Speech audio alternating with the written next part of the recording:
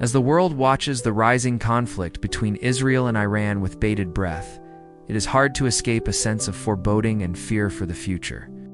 War is never a desirable outcome. It causes immense suffering to all involved, not just those who fight, but also those who watch and wait and wonder whether it will end today or tomorrow. In such times, we turn to our spiritual moorings for strength and guidance. What does the Buddha teach us in times like these? How can we find peace when the world around us seems to be losing its mind?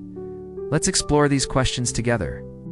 But before we do so, I would like to invite you to subscribe to my channel to stay updated on all our videos. So let's begin. The Buddha taught that life inevitably includes suffering, illness, death, and dissatisfaction. War and violence are extreme examples of human-made suffering. They not only cause physical pain, injury, and death, but also emotional trauma that can last a lifetime.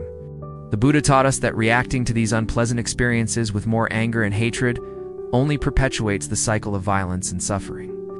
Instead, he offered an alternative path, the path of compassion and loving kindness. When we extend compassion and loving kindness to others, even those who have hurt us, we begin to break down the barriers that separate us from one another. We start to see the shared humanity that binds us all together. In doing so, we open ourselves up to the possibility of forgiveness and reconciliation. This is not to say that we condone or ignore the actions of those who perpetuate war and violence. Rather, it is an acknowledgement that responding with more violence and hatred will only exacerbate the situation. The Buddha's teachings call us to be peacemakers, not perpetuators of violence. Practicing compassion and loving kindness in times of war may seem like a small and insignificant act, but it is actually a powerful way of contributing to the resolution of conflict. When we choose to be compassionate, we are sowing the seeds of peace. As the Buddha taught, hatred does not cease by hating, but by love. So how can we put these teachings into practice in our daily lives? One way is through meditation. By cultivating a calm and focused mind, we are better able to see the interconnectedness of all beings and to extend compassion and loving kindness to those around us. Another way is through acts of kindness and service. By helping others, whether through volunteering, donating to charity, or simply lending a listening ear to a friend, we can make a positive impact in the world and break the cycle of violence and suffering.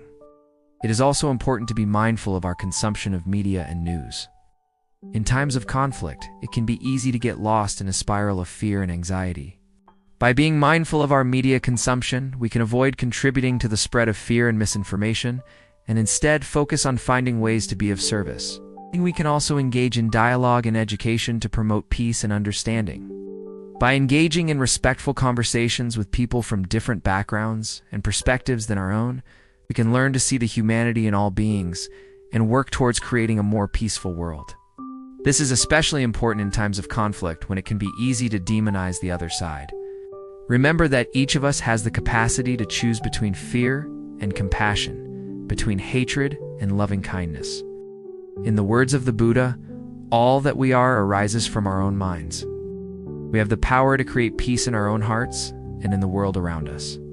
May we all be inspired by the Buddha's teachings to be compassionate, to be kind, and to work tirelessly for the resolution of conflict and the creation of a more peaceful world. Thank you for watching this video. If you found it helpful, please share it with your friends and family. Your support means everything to us and helps us continue to create more content like this.